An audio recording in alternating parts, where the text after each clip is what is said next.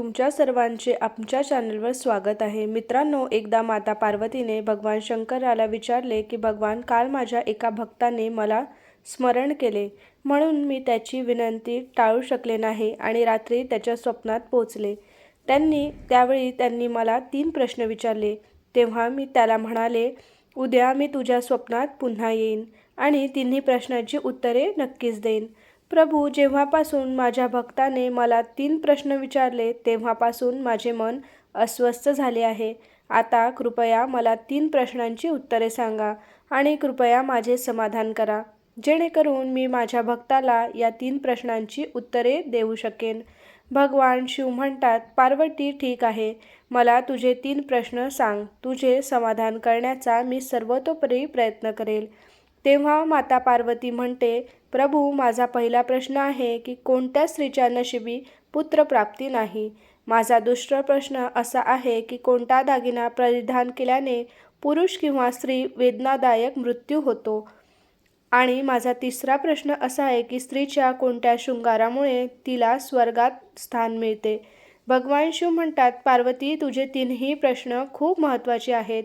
जो कोणी या 3 प्रश्नांची उत्तरे समजून घेऊन मिळालेले ज्ञान जीवनात लागू करतो, त्याला जीवनात आणि मृत्यूनंतरही स्वर्गाची प्राप्ती होते.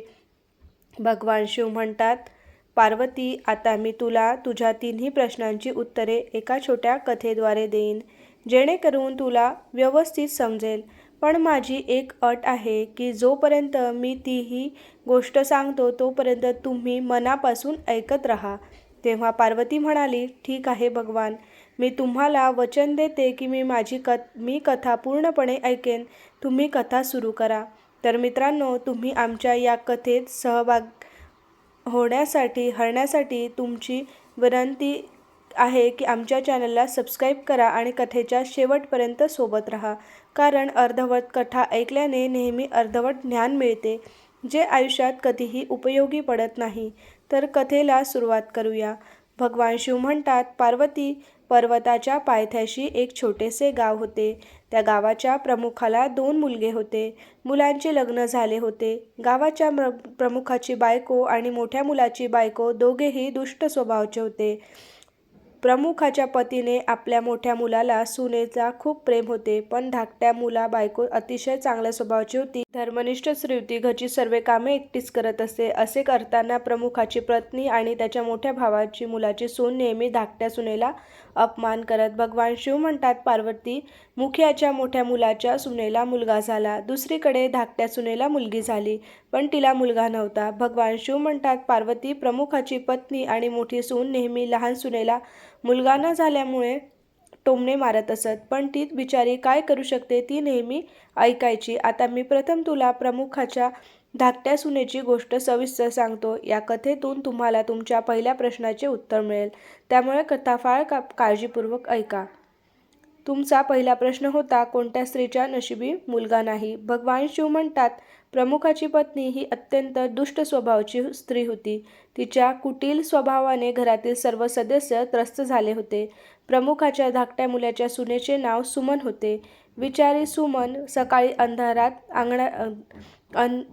अंथरुणातून उठून कामाला लागायची आणि मध्यरात्र झाली की कुठेतरी अंथरुणावर झोपायची. असे करूनही सुमन प्रमुखाच्या बायकोच्या डोळ्यात नेहमी खटकत असे.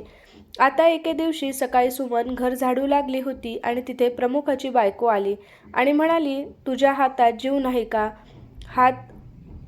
हात हलव पटकन, मी मंदिरात जात आहे. मी येईपर्यंत जेवण तयार ठेव. मी येताच जेवणार आहे आणि अन्नाचा एक दाणाही वाया जाणार नाही याची काळजी घे. देव म्हणतो, बिचारी सुमन काय म्हणेल ती शांतपणे ऐकत राहिली. तिच्याशी सहमत होऊन तिने होकारार्थी मान हलवली. देव म्हणतो, पार्वती, मग घर साफ करून सुमन लगेच स्वयंपाक करू लागली. स्वयंपाक करताना ती बिचारी विचार करत होती, क्षणभरही सुटकेचा श्वास घेता येत नव्हता आणि आमच्या सासूबाई प्रत्येक कामात दोष शोधत राहतात. तिचे टोमणे मारण्याची सवय कधी जाईल कुणास ठाऊक. भगवान शिव म्हणतात, पार्वती, सुमन अन्न शिजवत असताना बाहेरून दरवाजा ठोठावण्याचा आवाज आला होता. तर सुमनला वाटलं, जेवण आत्ताच बनवलंय, सासू लवकर परतल्यासारखं वाटतं. तेवढ्या सुमनने दरवाजा उघडला आणि तिथे एक साधू उभा असलेला दिसला. आता साधू म्हणू लागला, मुली, तुझे लग्न चिरकाल टिकून राहो. बाबांना थोडे अन्न दे, मला खूप भूक लागली आहे. भगवान शिव म्हणतात, पार्वती, सुमन ही अतिशय सभ्य आणि सुसंस्कृत स्त्री होती. त्यांनी साधू महाराजांना भोजन देण्याचा विचार केला. पण सासूबाई आल्या तर काय म्हणतील असा विचार करू लागली. मग थोडा विचार करून तिने संन्यासाला जेवण आत द्यायला सांगितले. आणि त्याचवेळी सुमन मनात म्हणाली, सासूबाईंना कशाला घाबरू. सासूबाईंनी येऊन मला काही विचारले तर मी माझ्या वाटचे अन्न देत असल्याचे सांगेन. भगवान शिव म्हणतात, पार्वती, मग असा विचार करून सुमन भिक्षूला आत घेऊन गेली आणि अतिक धर्माचे पालन करू लागली.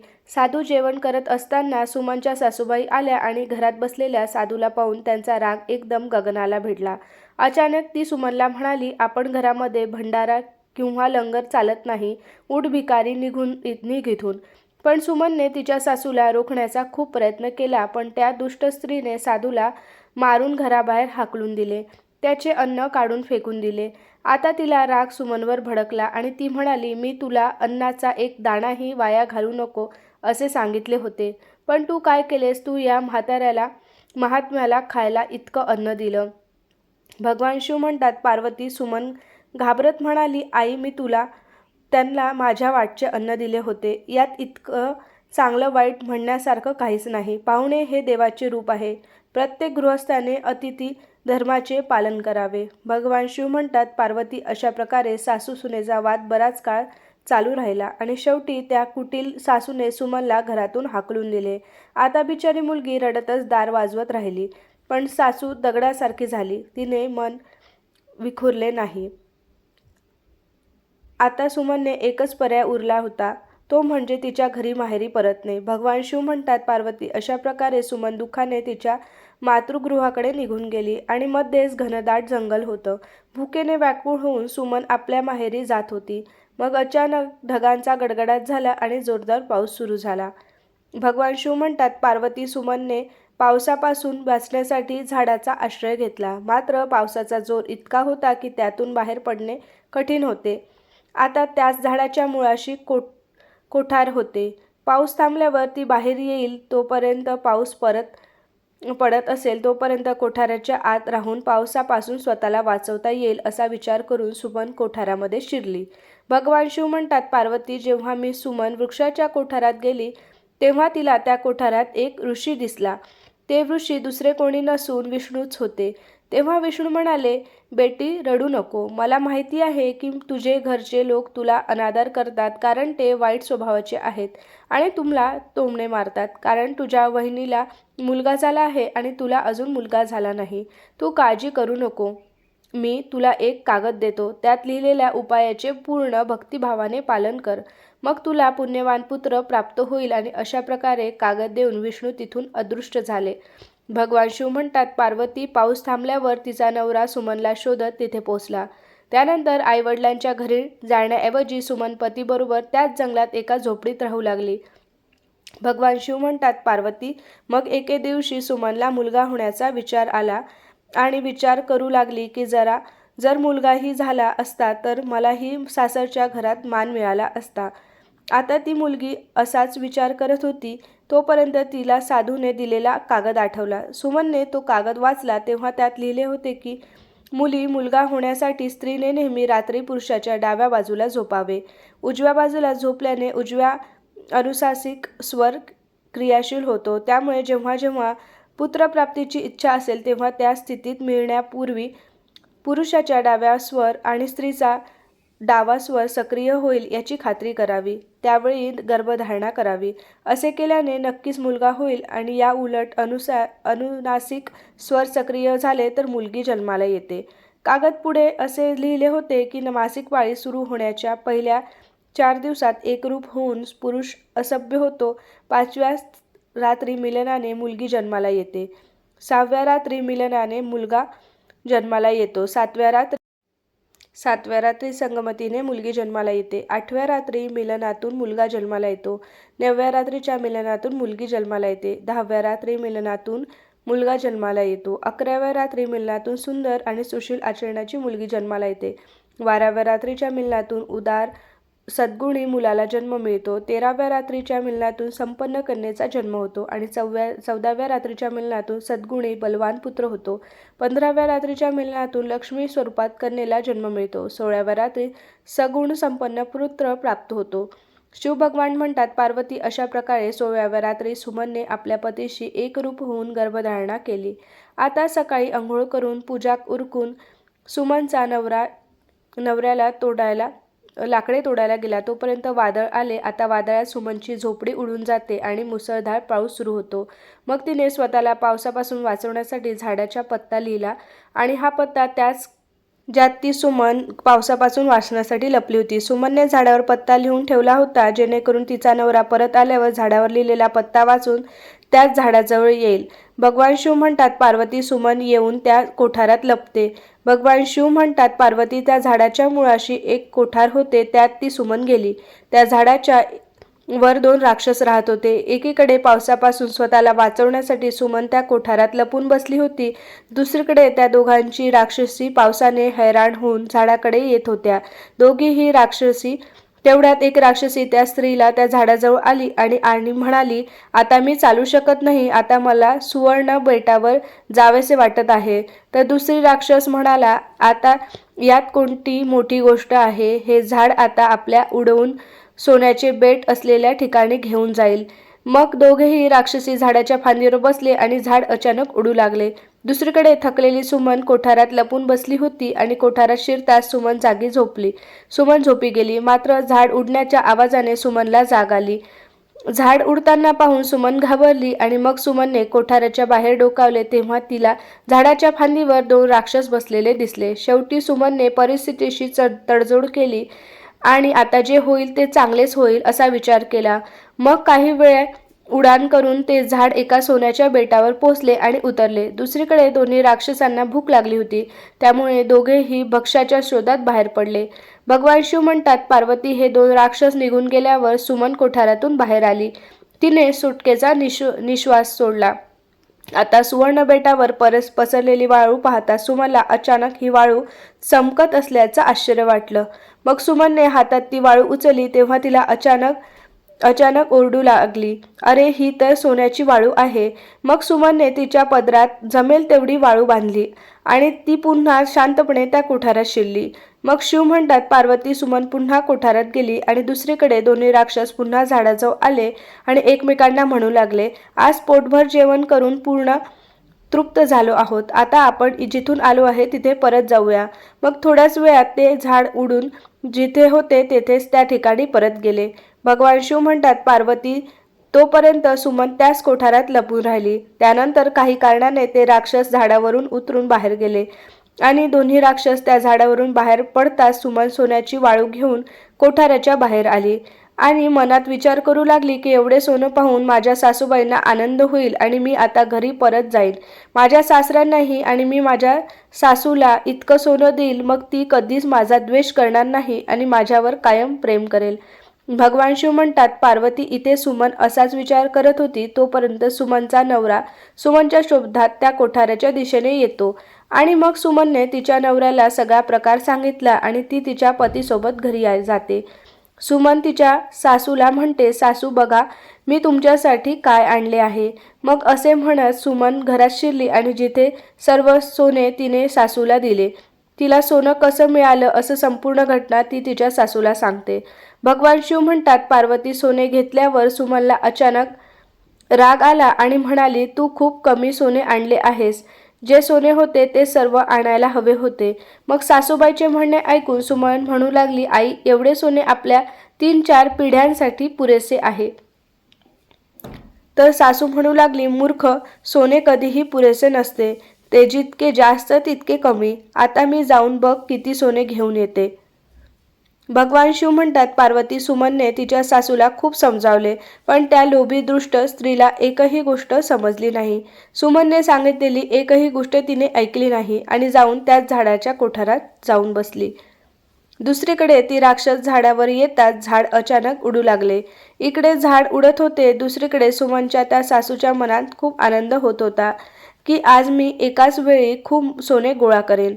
भगवान शिव म्हणतात, पार्वती इथे सुमनची सासू मनातल्या मनात आनंद करत होती. त्याचवेळी एक राक्षस म्हणू लागला, आज सोन्याच्या बेटावर जायचं नाही तर मृत्यूच्या बेटावर जाऊ, मत्स्याच्या बेटावर जाऊ. आज मला मासे खावेसे वाटत आहे. आणि मग राक्षसांनी मासे खाण्याचे ठरवताच हे झाड मत्स्यद्वीपकडे उडून गेले. भगवान शिव म्हणतात, पार्वती राक्षसाचे बोलणे ऐकून कोठारात बसलेली रोभी स्त्री स्वतःवर नियंत्रण ठेवता आले नाही.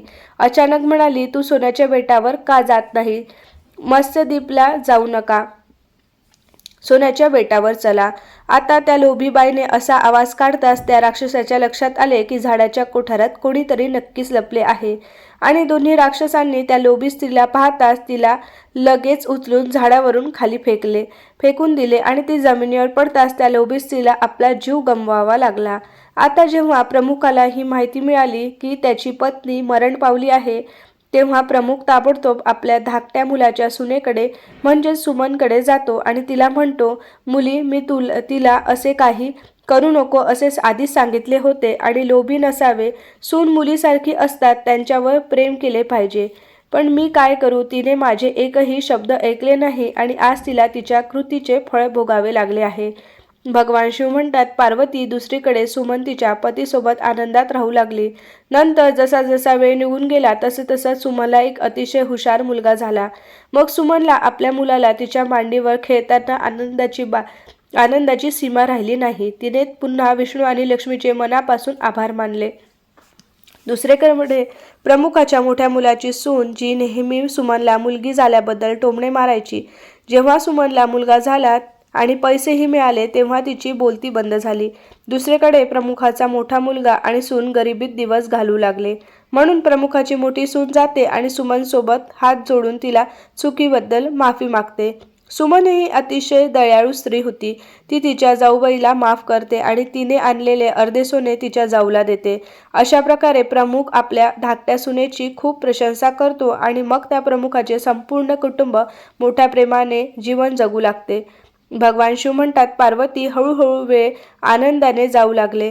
प्रमुखाच्या मोठ्या सुनेला जन्मलेला मुलगा वाईट गुणाचा होता, म्हणून त्याने सर्व सोने वाईट गुणांमध्ये वाया घालवले. दुसरीकडे सुमनला झालेला मुलगा हुशार होता.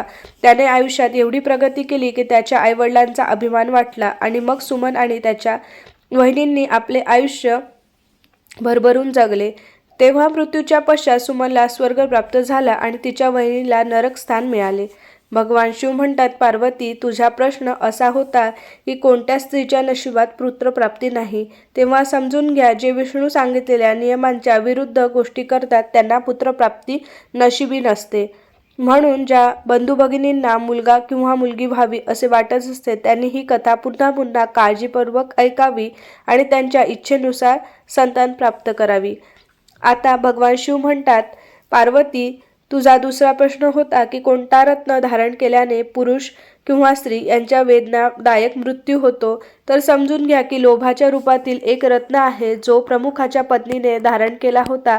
भरपूर सोने आणण्याच्या लोभापोटी कोठारात प्रवेश केला आणि राक्षसांनी खाली फेकल्यामुळे प्रमुखाच्या पत्नीचा वेदनादायक मृत्यू झाला. त्यामुळे लोभाचा दागिना कधीही घालू नये. तसेच भगवान शिव म्हणतात, पार्वती, आता तुझा तिसरा प्रश्न होता की कोणत्या शृंगारामुळे स्त्रीला स्वर्गात स्थान मिळते. चारित्र्यवान पतीप्रती भक्ती असलेली स्त्री तिच्या मृत्यूनंतरही स्वर्गात जाते. तर मित्रांनो, जर तुम्हाला अशा कथा आवडत असेल कृपया आमच्या चॅनलला सबस्क्राईब करा आणि भगवान विष्णू, माता लक्ष्मी आणि भगवान शिव पार्वतीसाठी एक लाईक करायला विसरू नका. धन्यवाद. श्री स्वामी समर्थ. जय जय स्वामी समर्थ. व्हिडिओ आवडला तर कमेंटमध्ये नक्की टाईप करा. ओम नमः शिवाय.